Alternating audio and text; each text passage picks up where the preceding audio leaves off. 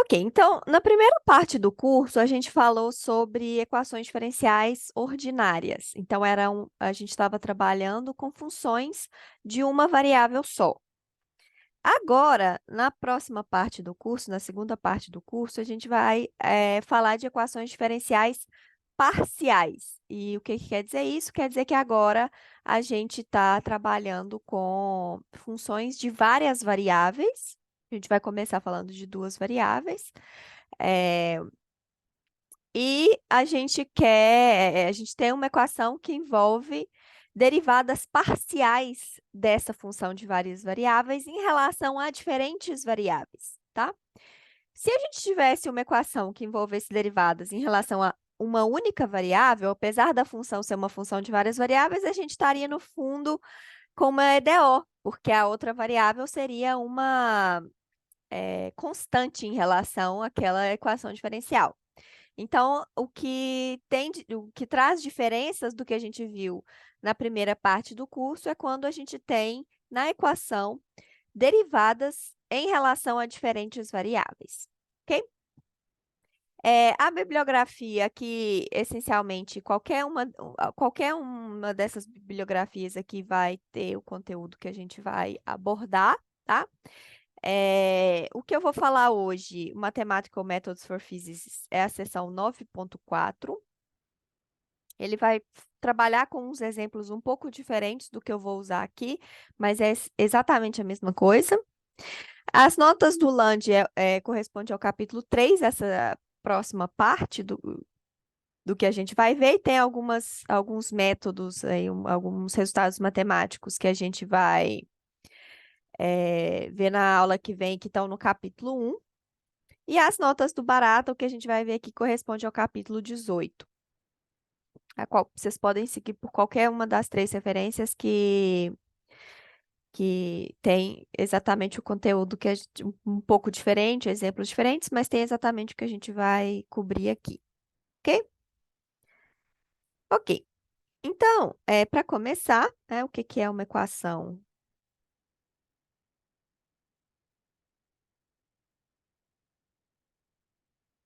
diferencial parcial? Então, é uma equação que eu tenho uma função. Então, temos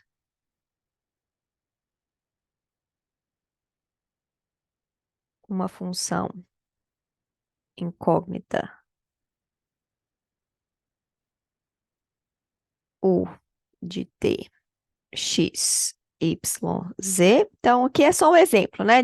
Com quatro variáveis, poderia ter mais variáveis ou menos, né? Na aula de hoje a gente vai trabalhar com problemas unidimensionais, então a gente vai ter uma função que depende só de t e de x. É, deixa eu trocar a ordem aqui, porque senão eu costumo usar x e t e eu vou acabar confundindo depois.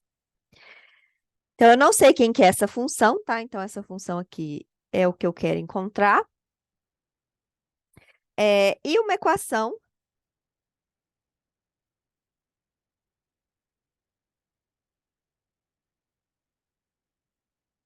envolvendo diferentes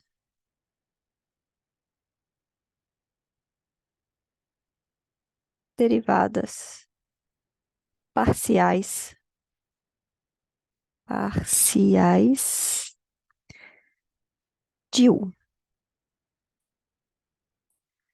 Ok, então eu não vou tentar escrever aqui de forma geral, porque agora, quando a gente tem várias variáveis, isso fica ainda mais complicado do que no caso de uma variável só. É, e para completar, a gente vai trabalhar com equações diferenciais parciais lineares. Então, é o tipo de EDP que a gente vai considerar por enquanto, pelo menos por enquanto. Ok, então, o que que é uma EDP linear? Então, uma EDP linear é uma EDP que depende linearmente da função u. Então, se o 1 e o 2 são soluções, qualquer combinação linear, C1, o 1 mais C2, o 2, com C1 e C2 constantes,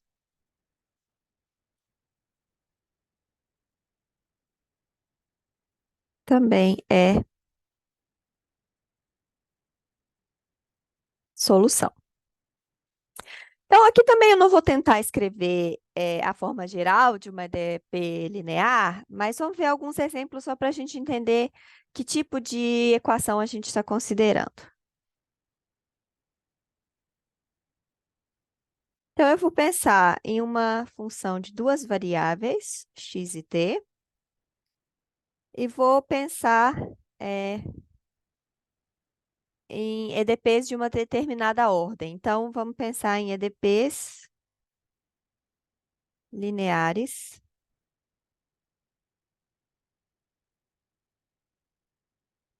de primeira ordem. Qual que é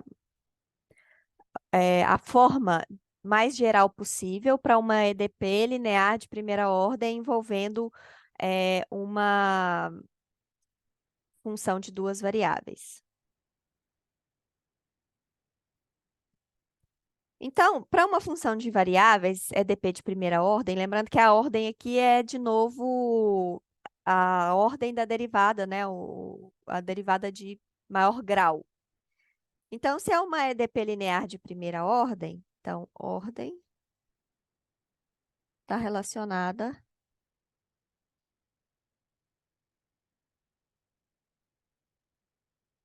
com maior grau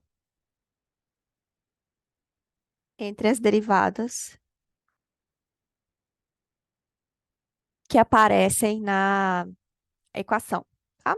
Então, como é de primeira ordem, então eu só tenho derivadas de primeira ordem, né, de grau 1. Então, como eu tenho uma função de duas variáveis, eu tenho duas derivadas de ordem de grau 1, du dx, du dt. Então, a equação ela vai ter o seguinte formato: A1 de xt, du dx, mais A2 de xt, du dt, mais A3 de xt, u é igual a um certo b de xt.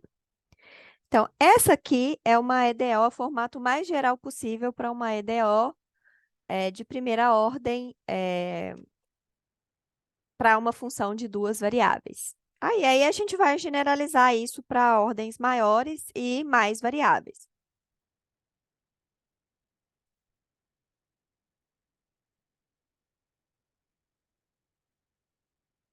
Então, no exemplo 2, vamos pensar numa EDP linear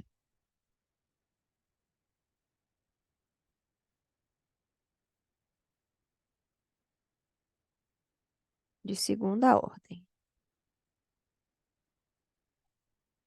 Para essa função u que depende de x e t.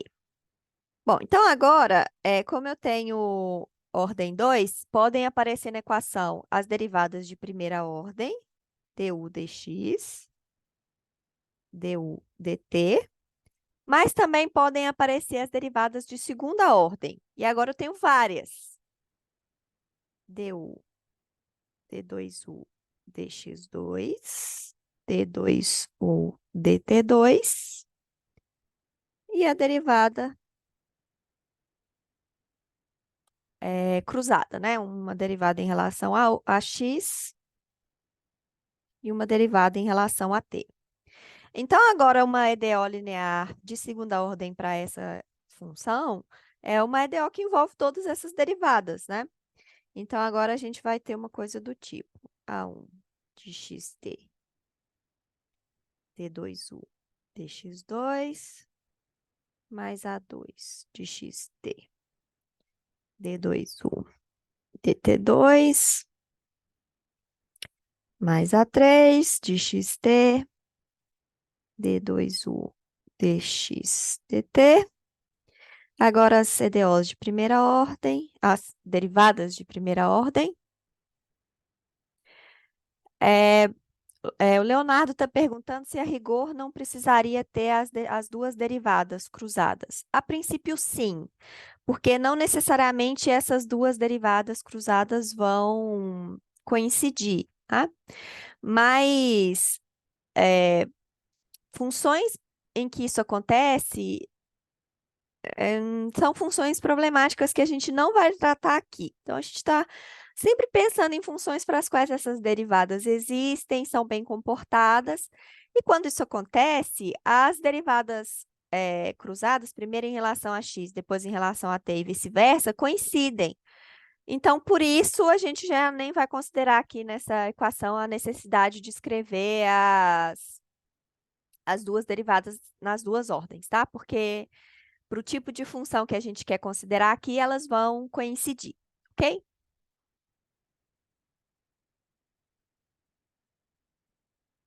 Ok. Então, a gente já considerou as derivadas de ordem 2, agora vamos para as derivadas de ordem um.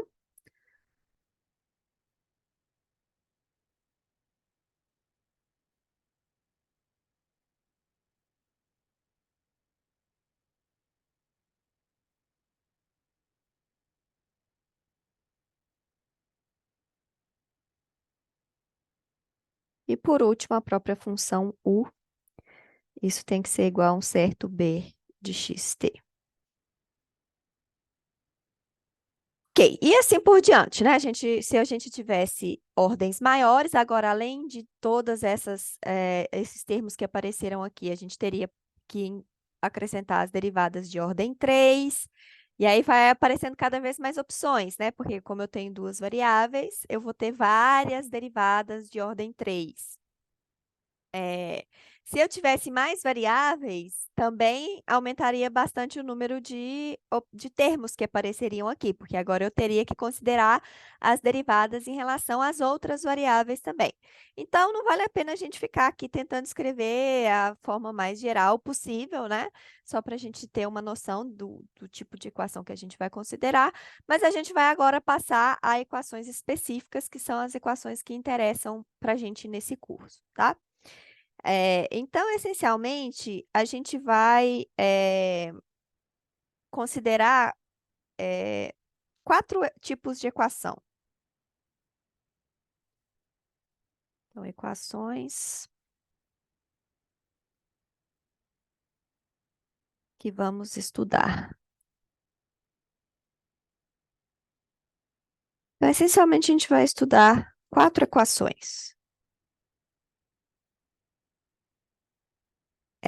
Equação do calor,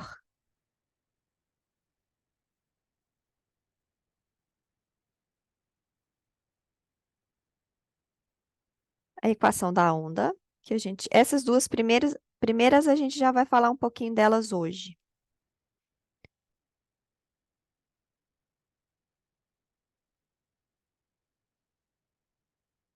A equação de Laplace.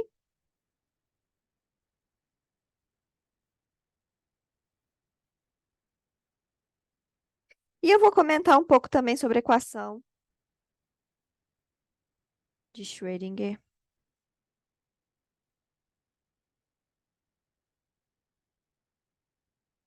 Que aparece na mecânica quântica, né? É a equação que rege o comportamento dos sistemas quânticos.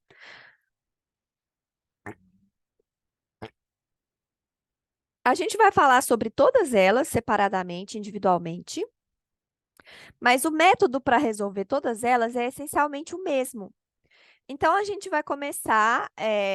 O meu objetivo na aula de hoje é falar um pouquinho dessas duas aqui, com certas condições iniciais, que a gente vai falar daqui a pouco. Então, vou mostrar para vocês qual que é o método, qual que é a ideia que está por trás do método que a gente vai usar para resolver as quatro. É claro que cada uma vai ter suas particularidades, né? Quando a gente aplica o método a cada uma delas, a gente vai obter coisas ligeiramente diferentes que a gente precisa resolver, mas a ideia essencial é a mesma para as quatro. E aí depois a gente vai falar delas com mais cuidado separadamente, e falar um pouco melhor também da intuição física que está por trás, etc., nas próximas aulas, tá? Mas hoje eu quero, essa semana, nessa aula e na aula de quinta-feira, a gente vai focar mais na parte matemática, sem pensar muito no significado físico dessas equações, e depois a gente volta para falar delas com um pouquinho mais de cuidado, nas aulas mais para frente, ok? Beleza. Então, o que a gente quer fazer é, óbvio, resolver a equação, né?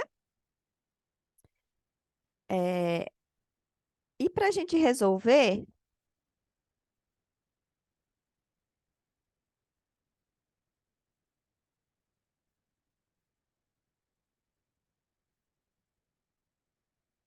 a gente vai usar uma coisa que é conhecida como método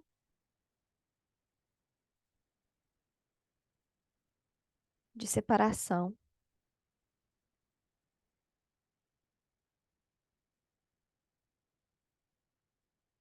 de variáveis.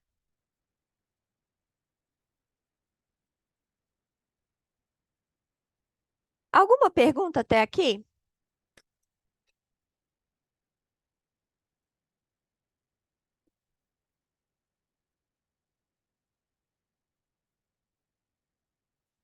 Ok. Então, para a gente entender esse método, eu vou começar com um problema específico, começando com a equação do calor.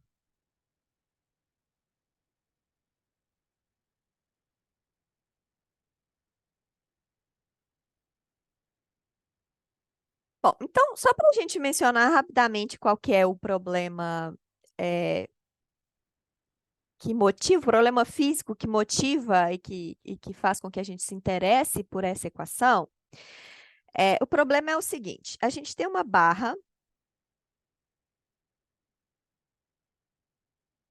então aqui eu vou pensar no que a gente conhece como problema do calor unidimensional.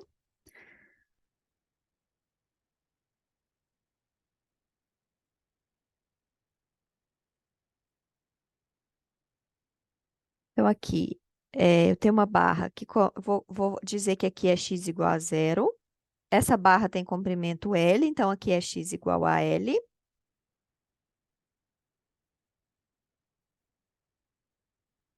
E eu vou chamar de U de xt a temperatura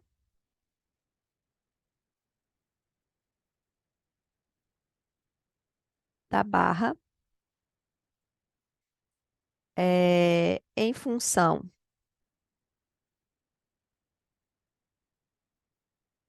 do tempo e de x, do valor de x. Então, eu pego um determinado x aqui. Então, eu imagino que essa barra é bem fininha, tá? Então, eu posso desprezar ali as outras, um fiozinho assim, bem fininho. Então, eu vou desprezar as outras dimensões z e y e vou imaginar que a temperatura em uma determinada seção reta ali desse material é constante. Nem sempre isso é uma boa aproximação, né? Nem sempre isso é uma boa suposição, mas vamos supor que a gente está lidando com um problema desse tipo. Depois eu vou falar para vocês mais para frente como que a gente faz para lidar com um problema em que isso não é verdade. Então, aqui, à medida que o tempo passa, a temperatura vai mudar. Então, eu vou descrever essa temperatura por essa função que depende de x e de t apenas, tá? Se eu não pudesse fazer essa suposição que o fio é muito, muito fininho, eu tivesse que levar em consideração as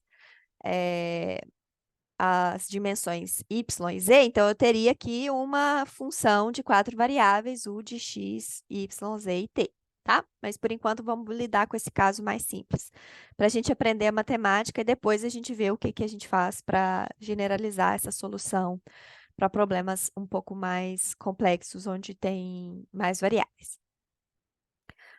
Ok. Eu vou supor também que as extremidades da barra, aqui em x igual a zero, estão em contatos com um banho térmico a temperatura zero. Então, sei lá, vamos supor que a gente está usando Celsius, tá? Então, aqui a gente tem que o de zero t é sempre zero e o de LT também é sempre zero. De novo, mais para frente a gente vai trabalhar com problemas um pouco diferentes desse. É, a gente vai generalizar isso aos poucos, mais para frente, quando a gente vai ter uma aula especificamente sobre a equação do calor, é, e vai tratar diferentes problemas onde essas suposições podem ser modificadas. Mas por enquanto eu quero falar do caso mais simples para a gente entender a ideia por trás do método, ok? É, E eu tenho uma determinada configuração inicial de temperatura. Então, eu tenho uma configuração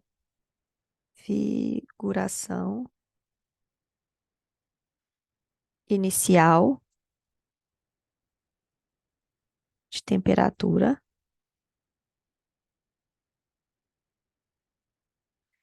Então, U de x zero é igual a uma determinada função f de x, é, que é a condição inicial para a variável t, ok?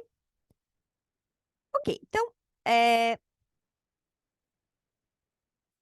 a temperatura, o comportamento da temperatura na barra é dado por uma equação diferencial que a gente conhece como equação do calor. Então, em geral, U de xt satisfaz a determinada equação diferencial. Du dt é igual a alfa d2u dx ao quadrado, em que alfa é uma constante positiva que depende das condições do material de que é feito a barra, né? Vai ter a ver com a condutividade daquele material. Não vem ao caso aqui exatamente quem é esse alfa, mas está relacionado com isso.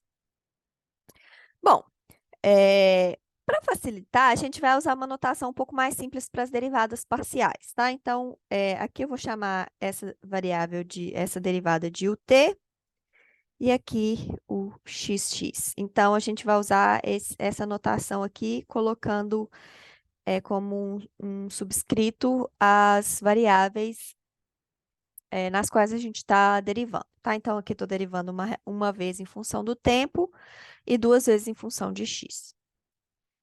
Ok, então, somando todas essas coisas, a equação diferencial, que está aqui, eu tenho duas condições de fronteira ou condições de contorno para x,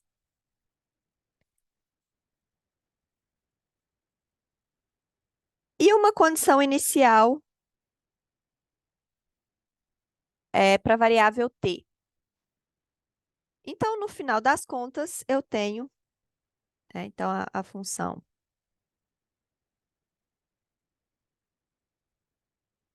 u de xt é solução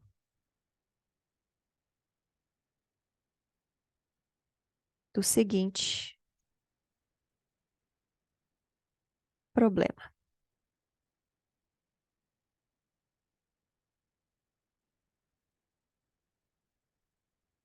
Então, eu tenho a equação diferencial, o t é igual a alfa u de xx. Eu tenho as condições de contorno, condições de fronteira para x.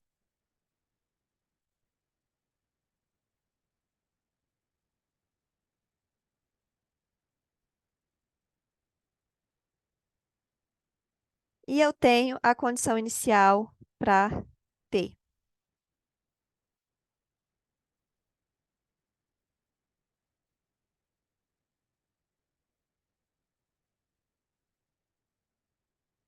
E o nosso objetivo é encontrar a função U que satisfaz todas essas condições, tá?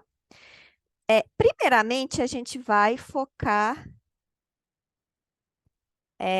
nessas duas condições aqui e vai deixar essa aqui por último. A gente não vai falar tanto dela assim na aula de hoje, tá? Então, eu vou mostrar para vocês o que que a gente precisa e a gente vai falar sobre isso um pouco melhor na aula que vem.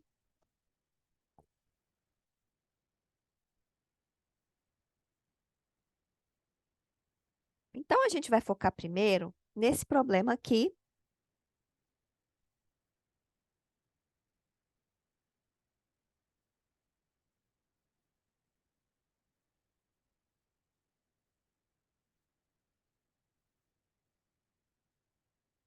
que é conhecido como problema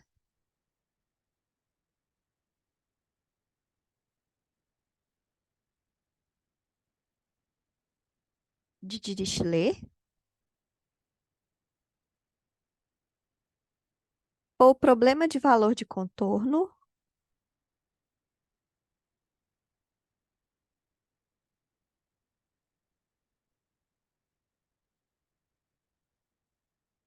ou problema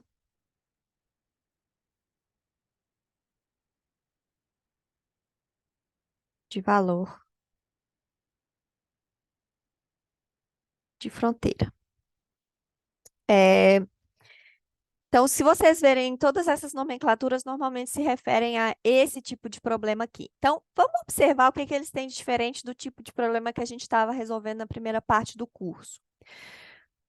Então, vocês lembram que normalmente a gente tinha condições iniciais, né? Então, eu tinha uma equação diferencial ordinária, e aí eu tinha também o valor da função e de várias derivadas dela em um determinado ponto. Normalmente a gente escolhia, sei lá, x igual a zero, aí eu tinha y de zero, y' de zero, todas essas derivadas no mesmo ponto.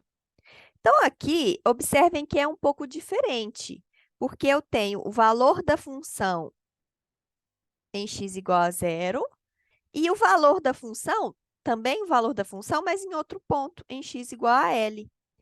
Então é diferente, por isso a gente chama de problema de valor de contorno, problema de valor de fronteira, que tem também esse nome de problema de Dirichlet, porque agora eu não estou dando a função e a derivada no mesmo ponto, eu estou dando a função em dois pontos diferentes, nesse caso, na fronteira do domínio onde me interessa aquele problema, né? Que é aqui nas extremidades da barra. Então, eu sei U aqui e sei U aqui.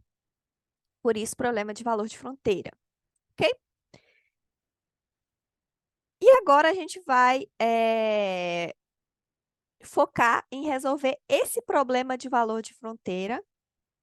E aí depois a gente vai ver o que que a gente precisa para também resolver, encontrar uma solução que, além desse problema de Dirichlet, também satisfaz essa condição inicial aqui, né? Que eu também preciso disso, tá? Ela vai ficar um pouquinho esquecida no início, depois a gente volta nela no final. Ok.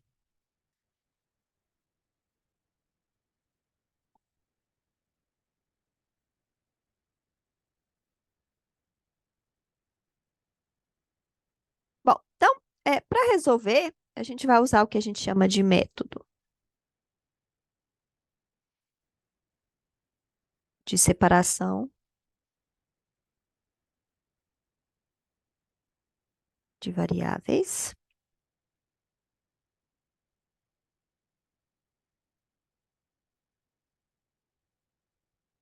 E esse método consiste, em fazer o seguinte: primeiramente, a gente vai procurar por soluções bem específicas, com um formato bem específico eh, da EDO, ó, da EDP, e das condições de contorno. E aí depois, a partir dessas soluções que a gente encontrar com esse formato, a gente vai tentar encontrar uma outra solução que satisfaz também a equação, a condição inicial para T. Então, lembram quando a gente resolveu as EDOs lineares de segunda ordem com coeficientes constantes? Como que a gente fez? A gente supôs um formato bem específico para a solução, que eram aquelas exponenciais, exponencial de Rx. A gente substituiu na equação para encontrar aquele R, o R é a solução daquela eh, equação de segundo grau, que a gente encontra a partir da EDO. E aí, depois, com essas soluções específicas, que são duas soluções com a cara bem restrita, a gente consegue, fazendo combinações lineares, gerar todas as outras soluções da EDO. Aqui, a gente vai usar exatamente a mesma ideia. Então, a gente vai procurar soluções com uma cara bem, um formato bem específico, e é óbvio que com esse tipo de solução a gente não vai conseguir resolver o problema eh, como um todo, né, para qualquer função, para qualquer condição inicial f de x, mas a partir dessas, a gente consegue, fazendo combinações lineares, gerar soluções que satisfazem as condições iniciais para qualquer f. Só que aqui a gente vai ter uma dificuldade adicional, que é o fato de que agora eu não tenho duas soluções, como no caso das equações de segunda ordem. Eu vou ter infinitas soluções, e aí eu vou precisar fazer uma combinação linear infinita, que no final das contas é uma série. Então, eu vou, usando essas soluções específicas, que a gente vai encontrar na aula de hoje, gerar uma série, e essa série eu quero que eh, gere uma solução que satisfaça também a condição inicial. Isso a gente vai ver na aula que vem, tá? Então, a gente vai focar primeiro na aula de hoje em encontrar essas soluções específicas, ok? Perguntas até aqui?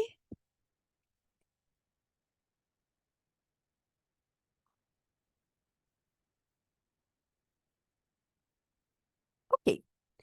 Bom, então, vamos supor, a gente vai supor,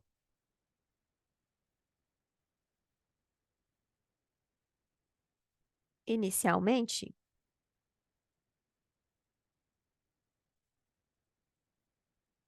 que U de xt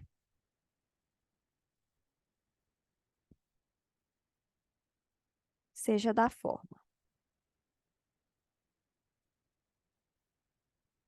U de xt é um produto de uma função só de x vezes uma função só de t. Então, observem que aqui isso é uma restrição super forte, né? Não é qualquer função que satisfaz isso. A maioria das funções de duas variáveis, esmagadora, vai satisfazer essa condição. Então, aqui a gente está fazendo uma restrição bem forte, tá? Mas essa restrição vai ajudar a gente a resolver a equação e depois a gente usa essas soluções restritas para encontrar a solução geral. Ok, então agora a gente vai pegar essa solução restrita e substituímos na equação.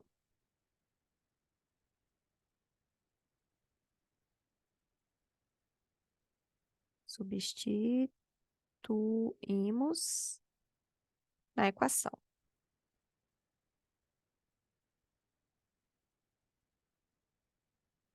Então, lembrando que a nossa equação é o t igual a alfa, o xx. O t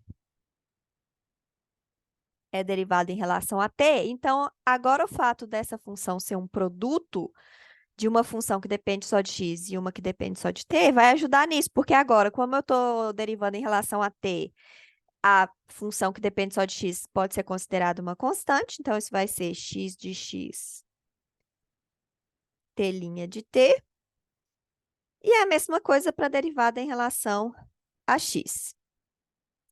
Então, aqui vai ficar x duas linhas de x, e o t, em relação a essa variável, pode ser tratado como uma constante. E agora eu vou jogar tudo na EDP. Então, eu vou ficar com x de x, t' de t, é igual a alfa, x duas linhas de x, t de t. Agora, eu vou separar de um lado tudo que depende de x e do outro lado tudo que depende de t.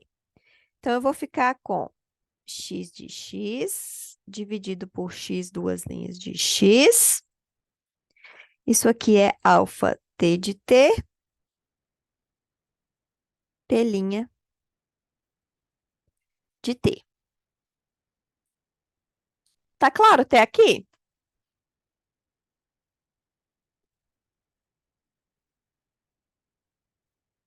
Ok. Então, vamos observar agora o que que acontece aqui. Desse lado aqui, eu tenho uma função que depende apenas de x. E desse lado aqui, eu tenho uma função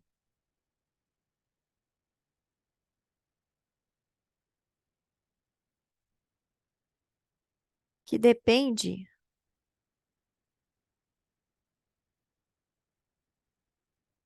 apenas de t. Então, quando que uma função que depende só de x pode ser sempre igual a uma função que depende só de t? Quando essas duas funções são iguais a uma constante. Então, isso aqui implica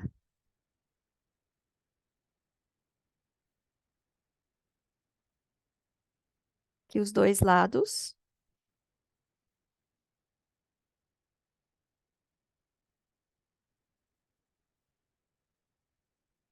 devem ser iguais a uma constante, que eu vou chamar de k.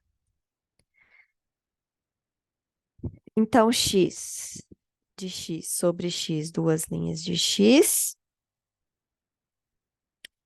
é igual a alfa t de t sobre t' de t. E tudo isso aqui tem que ser igual a uma constante k. Então, x de x sobre x, duas linhas, tem que ser igual a k. Então, isso significa que x de x tem que ser igual a k, x duas linhas de x. E alfa t de t sobre t' de t tem que ser igual a k. Então, t de t, alfa t de t tem que ser igual a k t' de t. Observem agora que eu tenho uma EDO para função x e uma EDO para a função t, ok?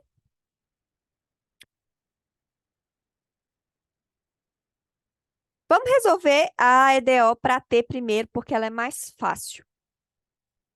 É de primeira ordem, né? Então, vocês vão ver daqui a pouco que é bem fácil. Então, vamos resolver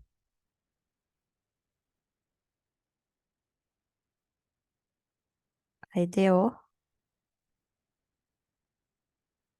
para t primeiro. Então, alfa t é igual a k t', que é dt, dtzinho. Essa EDO aqui é separável, então eu vou jogar tudo que tem o t para um lado e deixar o dt para o outro, o dtzinho. Então, eu vou ficar com alfa sobre k dt é igual a dt sobre tzão. A gente integra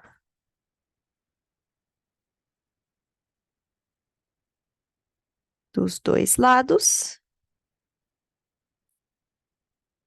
Ficar com alfa sobre K. Integral de dt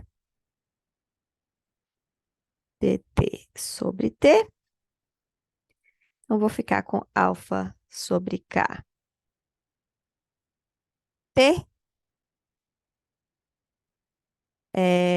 E aqui, ln de módulo de t. Eu deveria colocar uma constante aqui, mas eu não vou colocar a constante por enquanto, porque ela vai aparecer depois, tá? Então, ignoramos.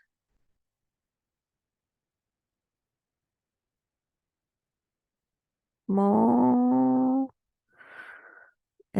ignoramos a constante de integração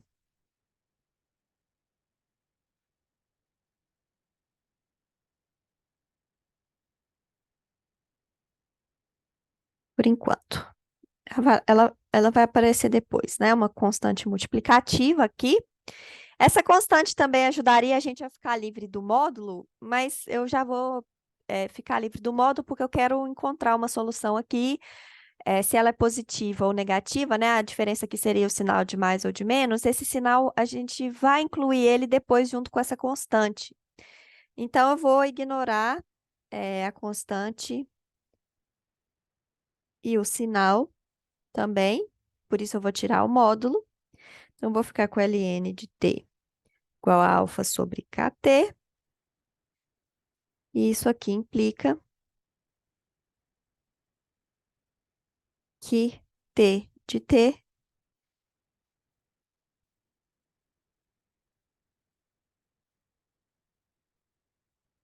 t de t é exponencial de alfa t sobre k. A menos de uma constante multiplicativa aí na frente que a gente vai deixar para incluir no final.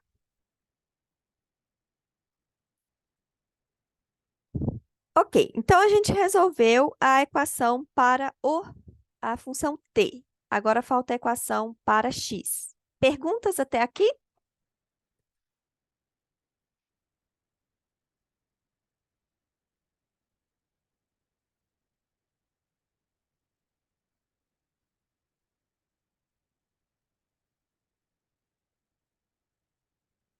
Ok, então agora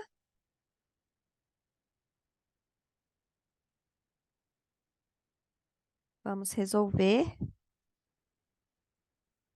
a equação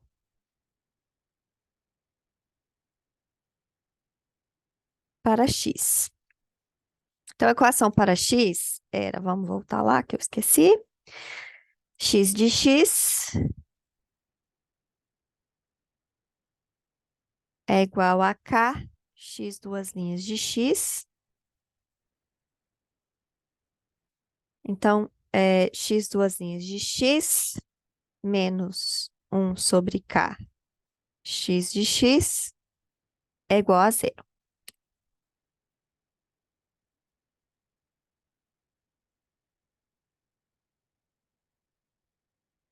Ok, então agora a gente tem duas possibilidades aqui.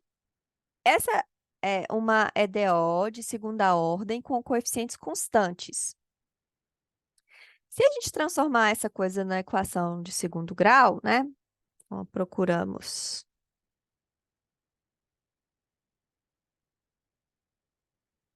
soluções da forma exponencial de Rx.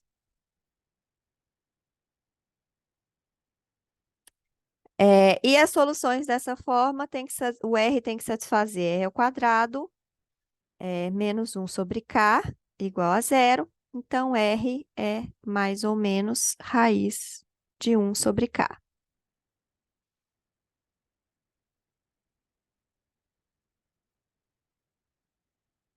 Então, a gente tem duas opções: o 1 sobre K ser positivo ou 1 sobre K ser negativo. Então, primeira opção,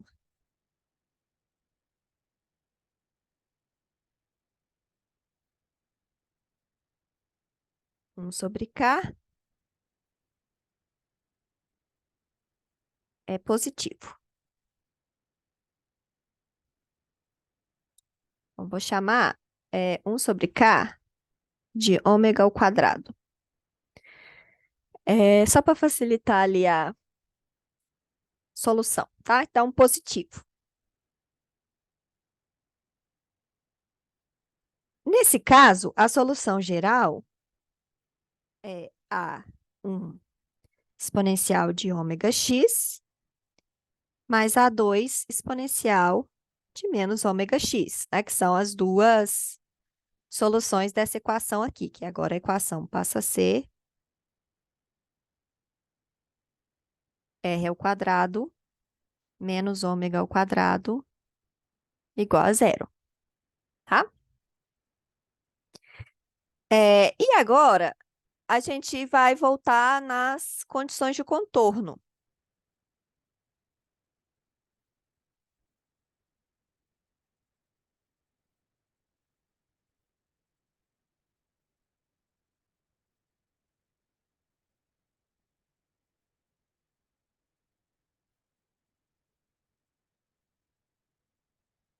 É, Lembrando o que que eram as condições de contorno. As condições de contorno diziam que o de 0t tinha que ser zero e o de LT tinha que ser zero, ok?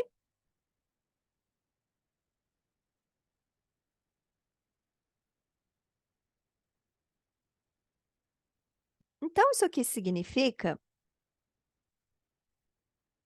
que x de zero, t de t, é zero para todo t. E isso aqui significa que x de L, t de t, tem que ser zero para todo t. Para isso aqui ser verdade, eu preciso que essa função se anule sempre e essa função aqui se anule sempre. Porque se o t for sempre zero, aí é tudo zero, não tem graça, tá? Então, eu preciso que x,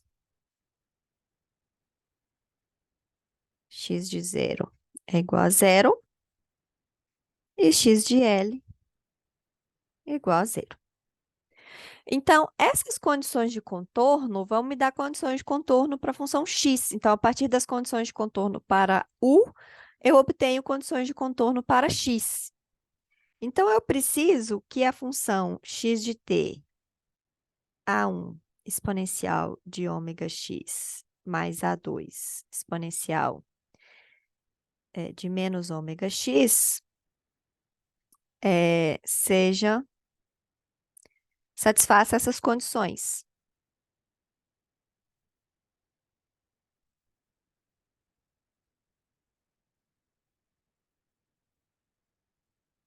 As condições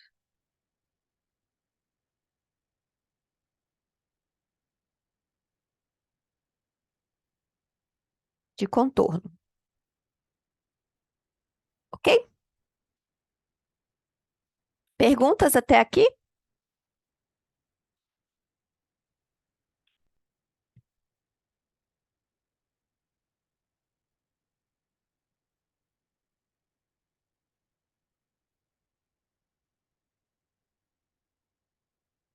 Ok. Então, isso aqui implica que x de zero, que é igual a A1 mais A2, tem que ser zero. E x de L, que é igual a A1 exponencial de ômega L mais A2 exponencial de menos ômega L, também tem que ser zero. Que matricialmente corresponde à seguinte equação. 1 exponencial de ômega L, 1 exponencial de menos ômega L A1. A2 tem que ser zero, ok? Agora, é, vou deixar de dever de casa para vocês. Não é difícil conferir que o determinante dessa matriz é diferente de zero.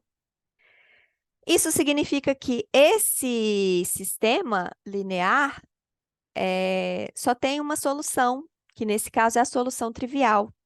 Então, isso aqui implica que A1 é igual a A2, que é igual a zero, o que, por sua vez, implica que x de x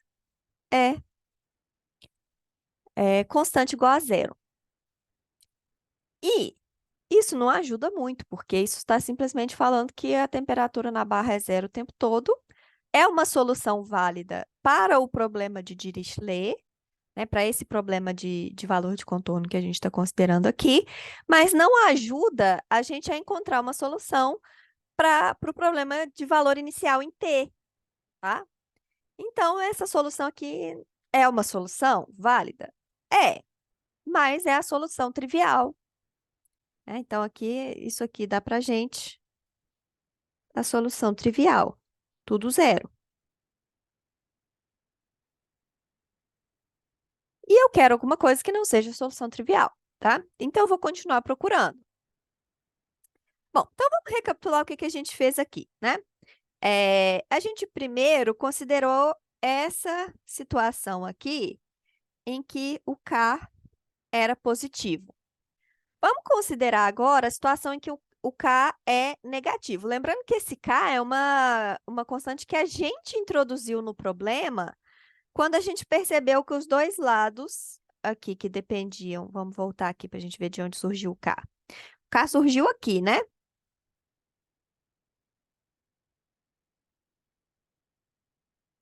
Então, foi a gente que introduziu essa constante. Agora, o que a gente está fazendo é investigando quais valores dessa constante levam a soluções interessantes para essas duas EDOs. Para EDO, a solução em T é sempre a mesma, né? Mas a, o valor da constante K vai influenciar os possíveis formas da solução em X.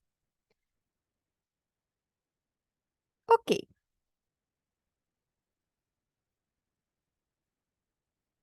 Então, vamos para o segundo caso,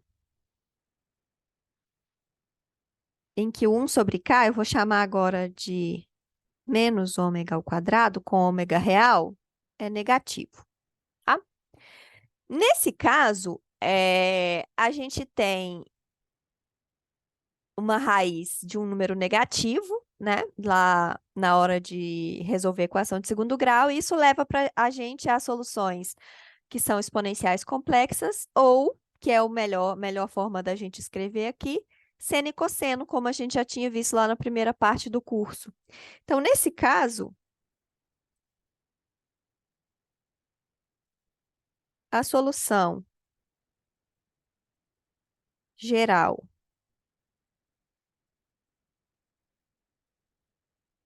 para a EDO em x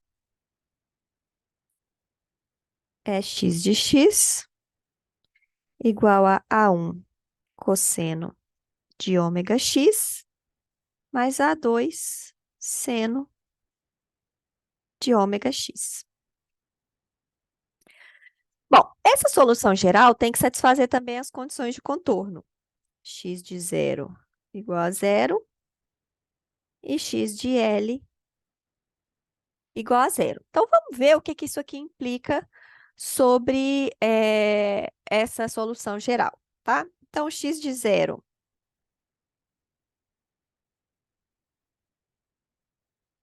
é igual a A1 cosseno de zero mais A2 seno de zero, que é igual a 1, né? Porque cosseno de zero é 1, seno de zero é zero. Isso aqui tem que ser zero. Então, a gente já eliminou um termo. A1 é igual a zero, então não aparece mais o cosseno. E agora, x de L é A2, já que o cosseno já morreu, né? seno de ômega L, e eu quero que isso aqui seja zero, ok? Beleza, vamos analisar agora as situações em que esse produto pode ser zero. Então, eu tenho duas opções. A2 igual a zero. Isso implicaria que o x é identicamente nulo. Eu tenho de novo a solução trivial, que eu já sabia, então não ganhei nada novo, tá? Agora, tem uma outra situação que pode me levar a uma solução que não seja a solução trivial, que é a situação em que seno de ômega L é igual a zero, sem que a função seja identicamente nula, tá? Para isso aqui acontecer, eu preciso que o que esteja dentro do seno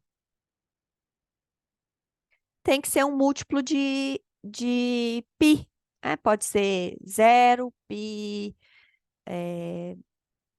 2π, 3π, etc. Então, eu preciso que ômega L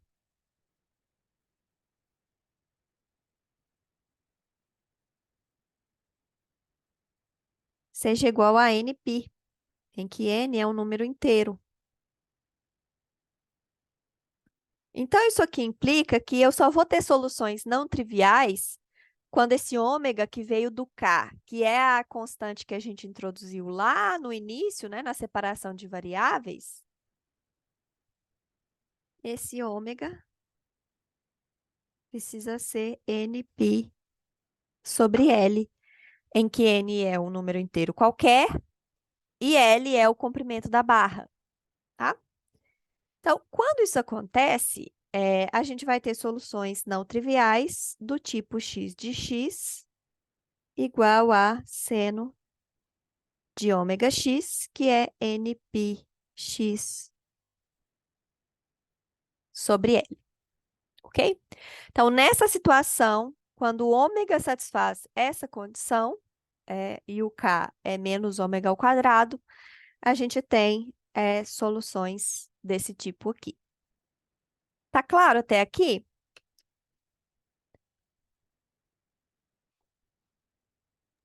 Professora, Oi, é, o A2, ele é arbitrário, né? Poderia ser qualquer valor, então.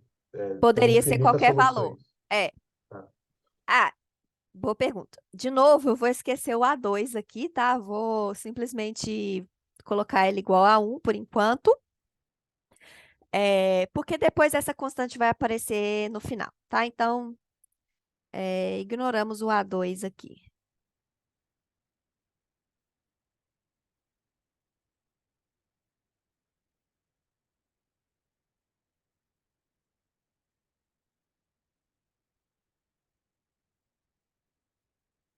Então, eu vou fazer A2 igual a 1, por exemplo, né? Só para facilitar aqui minha vida, essa constante multiplicativa, eu vou colocá-la toda junto no final. Ok. Então, agora eu preciso juntar as duas coisas, né? Vamos lembrar essa aqui é a solução para x.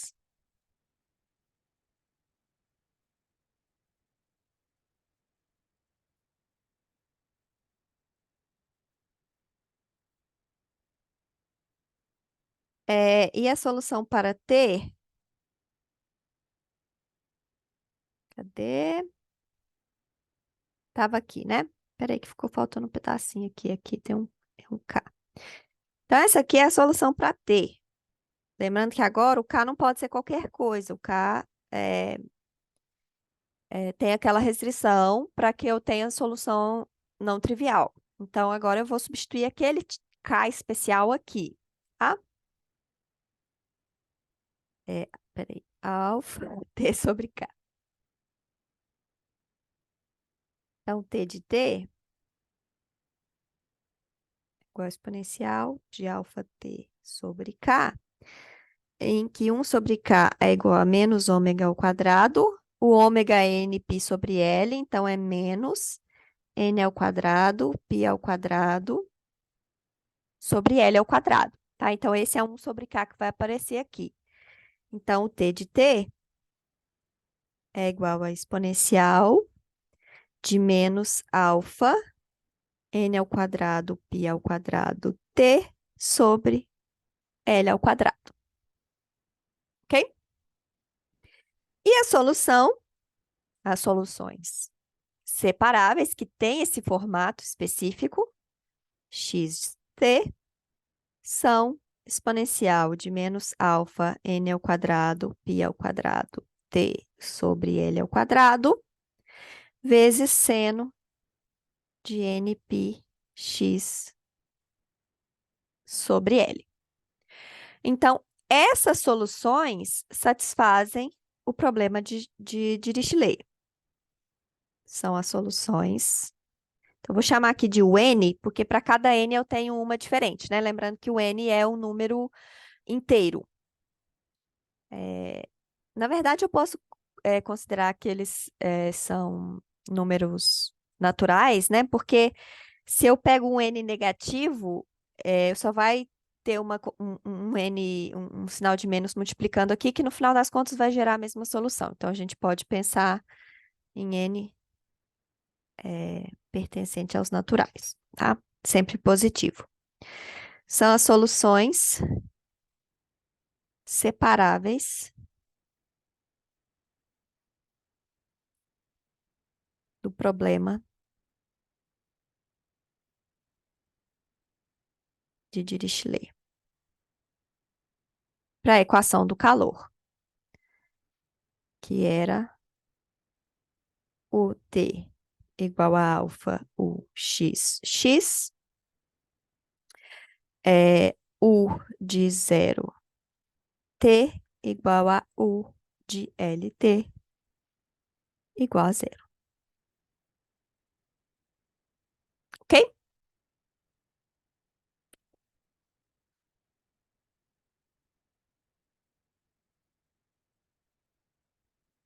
Beleza. Então, agora a gente resolveu um pedaço do problema, só que a gente precisa agora de encontrar uma solução que satisfaça também a condição inicial para T, né? U de x 0 igual a f de x. Bom, então, como a equação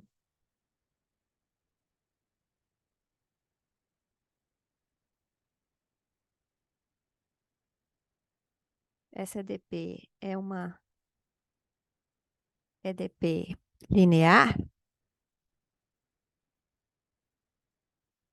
e por causa desse formato específico de condição de contorno,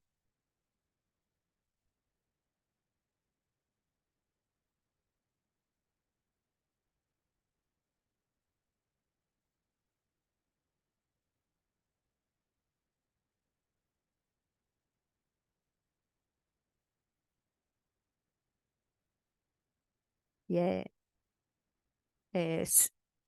dá a temperatura igual a 0 em um determinado ponto,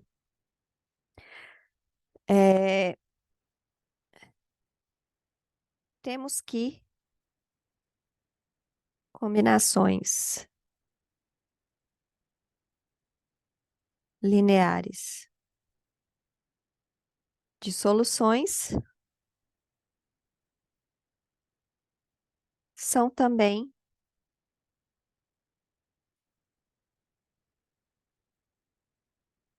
solução.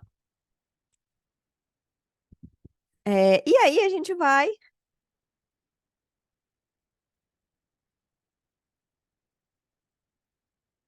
considerar soluções que são combinação linear de todas aquelas soluções que a gente encontrou antes. Então, eu vou olhar para o de xt, que é a soma de n igual a 0 até infinito. Não precisa de considerar n igual a 0, porque o n igual a 0 vai dar 0, que somando aqui não faz diferença nenhuma, né? Então, a exponencial de n menos alfa n ao quadrado, π ao quadrado, t sobre L ao quadrado. Espera aí que tem a constante que eu esqueci.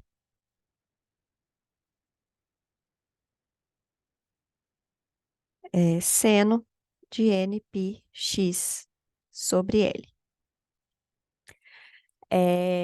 Então, observem aqui que a ideia é um pouco parecida com o que a gente fez lá no quando a gente falou de equações de segunda ordem com coeficientes constantes, EDOs de segunda ordem com coeficientes constantes. A gente achava soluções especiais, né? Então a gente achou soluções especiais, que são essas aqui. E depois a gente faz combinações dessas soluções especiais para gerar outras, que é o que a gente está fazendo aqui. Com a diferença que lá eu tinha duas soluções especiais, então eu tinha que fazer combinação linear dessas duas. Aqui não, eu tenho infinitas, né? Uma para cada número natural. E agora eu estou fazendo uma combinação dessas infinitas soluções. E, portanto, ao invés de trabalhar com uma combinação linear com um número finito de termos, eu tenho uma série infinita. E aí, isso dificulta o problema, porque agora a gente tem que pensar em convergência, tem que encontrar esses coeficientes, isso a gente não vai falar agora, a gente vai falar disso na aula que vem, tá? Então, o nosso objetivo agora é encontrar quem são esses coeficientes aqui, tá? Não, não agora, né? Mas seria o objetivo, a gente não vai falar disso hoje, a gente vai ver isso na aula que vem. Mas o que a gente vai fazer agora, o que a gente faria agora é encontrar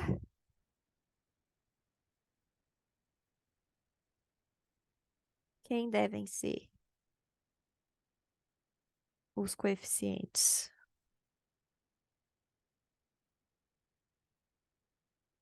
Cn para que a solução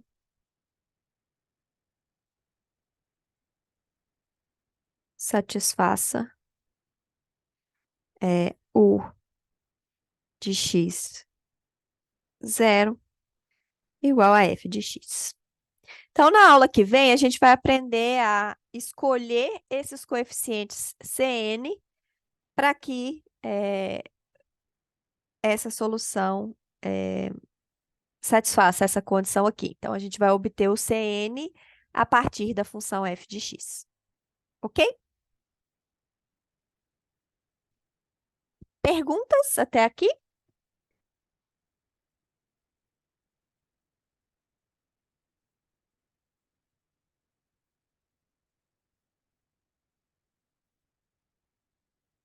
Ok. É, eu quero falar agora do segundo caso, a gente vai fazer a mesma coisa, tá? Então, exemplo 2, equação da onda. Essa equação aqui aparece em diversas áreas da física. Para simplificar, a gente vai imaginar que eu tenho uma corda, tá? Então, eu tenho uma corda presa pelas extremidades. Ela tem comprimento L.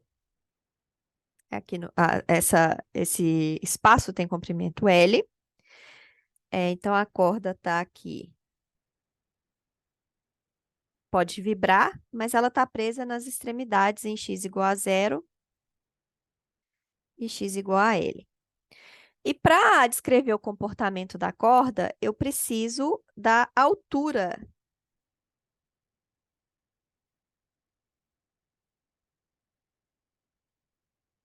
U de xt. Então, U de xt é a altura da corda no ponto x no instante de tempo t. Ok? Nesse exemplo que a gente vai tratar aqui, a corda está presa pelas extremidades. Então, a gente vai lidar com o seguinte problema. Então, primeiro, a EDP, que governa o comportamento da corda, que é chamada equação da onda, que é essa EDP aqui.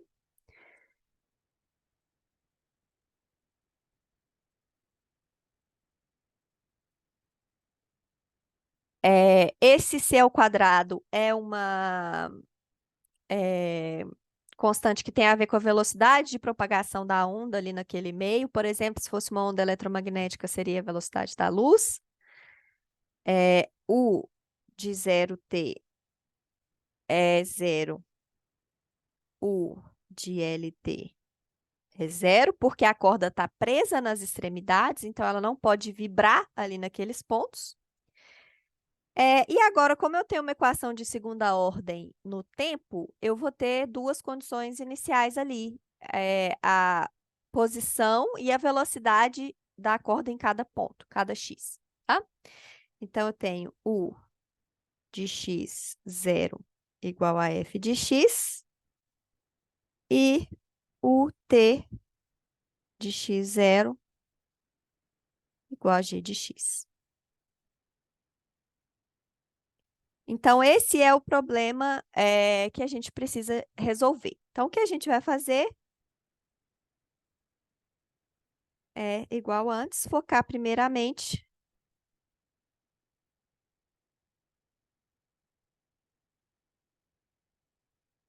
no problema de Dirichlet. E o resto a gente vai ver na aula que vem. Começar a ver, né? Não sei se vai dar para terminar.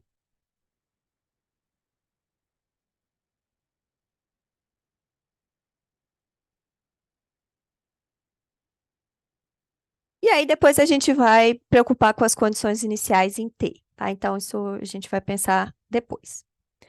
Bom, então, o que a gente vai fazer agora, de novo, é pensar na separação de variáveis.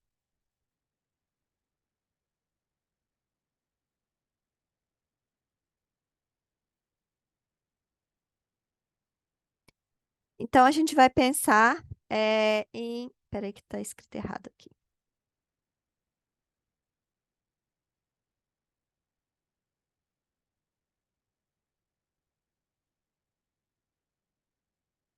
Então, eu vou supor uma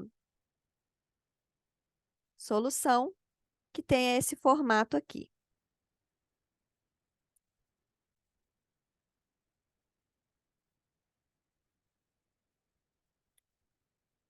E agora eu vou substituir as derivadas correspondentes na equação. Então, lembrando que pelo formato separável dessa função, isso facilita bastante a vida, né? Então, derivada duas vezes em relação a t, o x fica paradinho como constante. E agora, derivada duas vezes em relação a x, a gente faz o contrário. Deriva duas vezes a função x e o t fica paradinho como constante. E agora eu vou fazer a mesma coisa que eu tinha feito antes. Vou jogar tudo que tem x para um lado, tudo que tem t para o outro.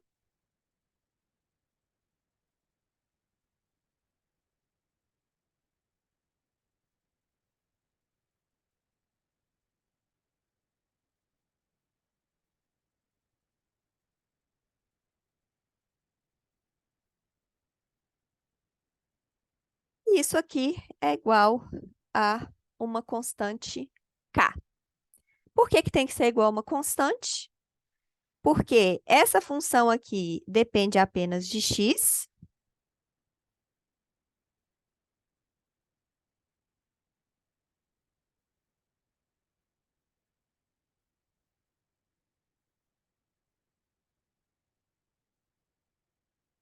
e essa função aqui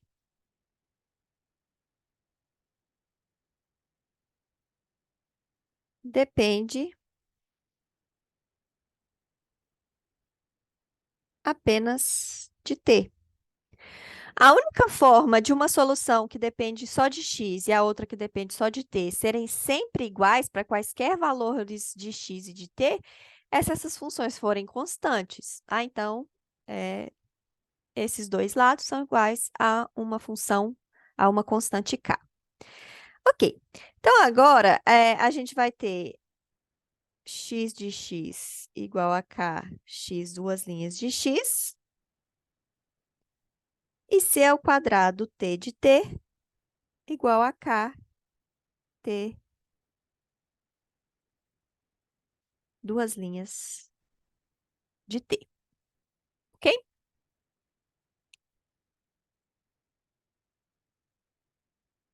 Bom, agora eu vou fazer o contrário, vou deixar a função em T paradinha e vou resolver a em X primeiro, porque ela é exatamente igual a que a gente já resolveu, inclusive as condições de contorno. Então, eu tenho agora, então vamos resolver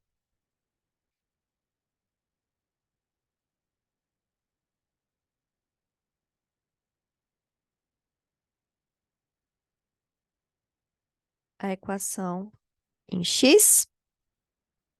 Então, eu tenho x duas linhas de x menos um sobre k, x de x igual a zero. E eu tenho as duas condições de contorno, que x de zero tem que ser zero e x de L tem que ser zero, porque o de 0t é igual a u de LT, que é igual a zero. Esse aqui é exatamente o mesmo problema que a gente acabou de resolver. Então, a gente já viu que a gente encontra soluções não triviais apenas em circunstâncias especiais para a constante k. Então, encontramos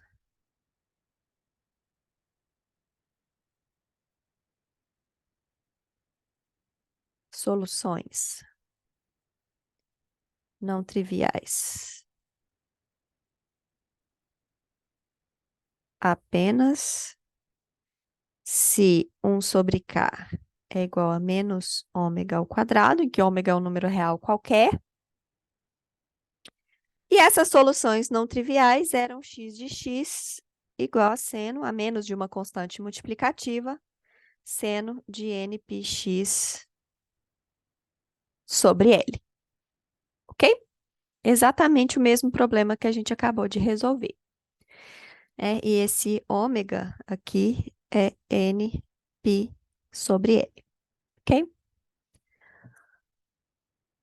Ok, só que agora o problema em T não é o mesmo mais, então a gente vai ter que resolver o problema em T de novo, tá? Então, T é, peraí, vamos resolver agora a equação em T.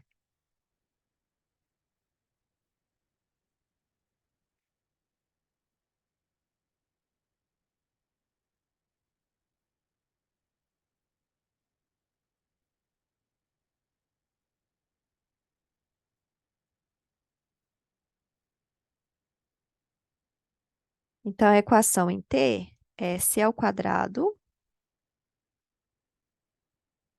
T de T, igual a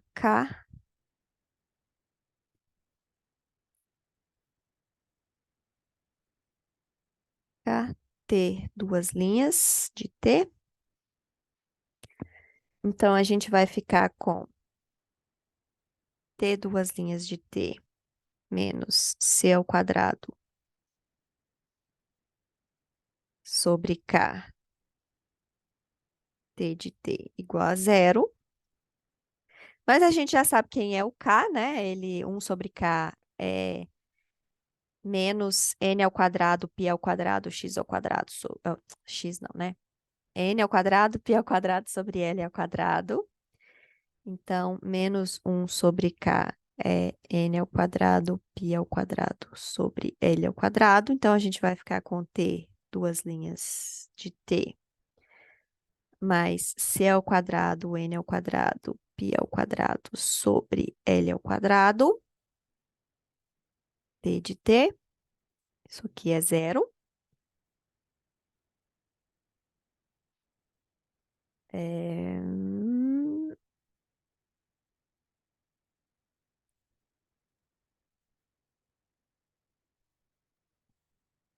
E agora, isso aqui vai dar para a gente uma solução em Seno e cosseno também. Só que agora eu tenho esse C aqui.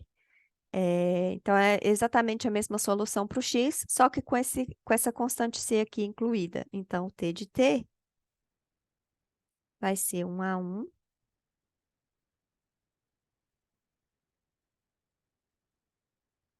exponencial, cosseno de Cn πx sobre L, mais A2 seno de Cn πx sobre L, ok? Vou chamar isso aqui de Tn, ok? Então, eu tenho uma solução. Deixa eu. É,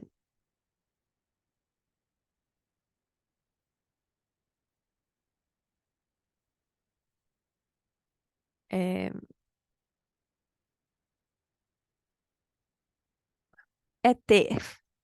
Obrigada. Ops. Estou resolvendo a equação em T aqui, né? Obrigada.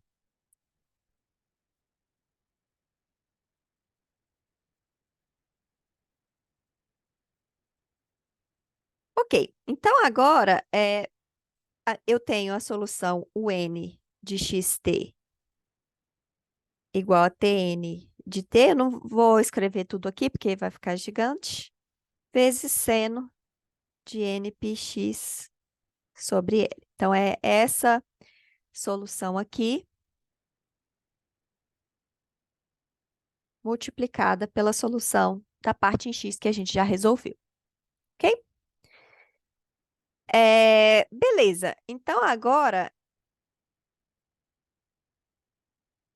a gente, de novo, essa é uma equação linear e também pela condição de fronteira, pela condição de contorno para o problema de Dirichlet. É, essa série, desde que convirja,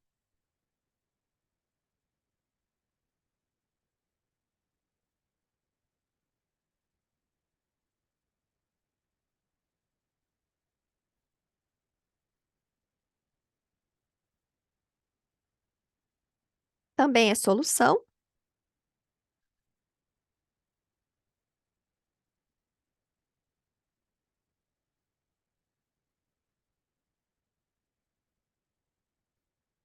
Lembrando que aqui eu posso ter ainda tem essas duas constantes para cosseno e seno,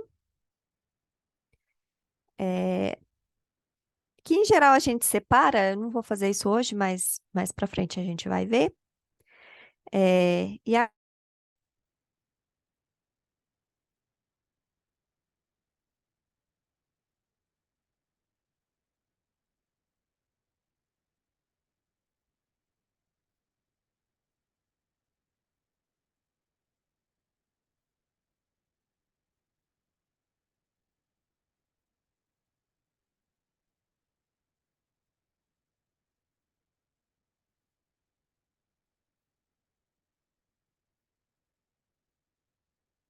eu tive um probleminha aqui, eu não entendi o que que aconteceu. Deixa eu voltar uns passos aqui. Ok. Então, a gente encontrou essas soluções aqui, que são as soluções separáveis. Como a equação é linear e pelas condições de contorno, essa série, desde que essa série convirja, seja bem comportada, também vai ser uma solução do problema de Dirichlet. E agora, a nossa tarefa que a gente vai começar a analisar na próxima aula é encontrar essas constantes aqui para que essa função u de x satisfaça também as condições iniciais, tá? Então, a partir da próxima aula,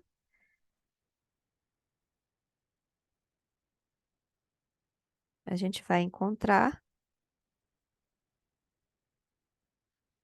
as constantes Cn a 1 A2. A gente vai reescrever isso aqui para ficar com duas constantes só, tá? É, para que U de xt também satisfaça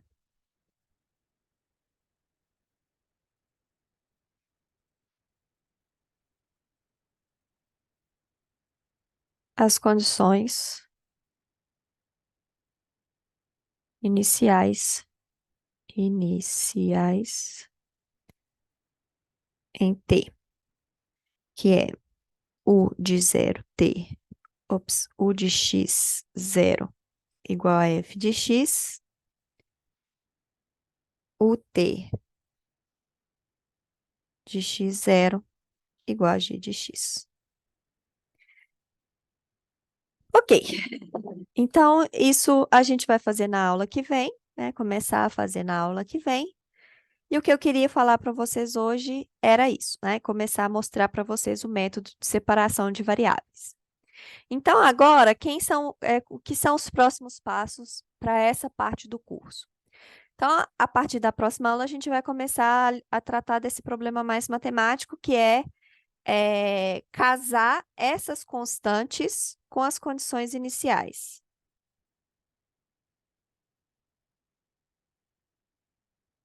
F, G e a F no exemplo anterior.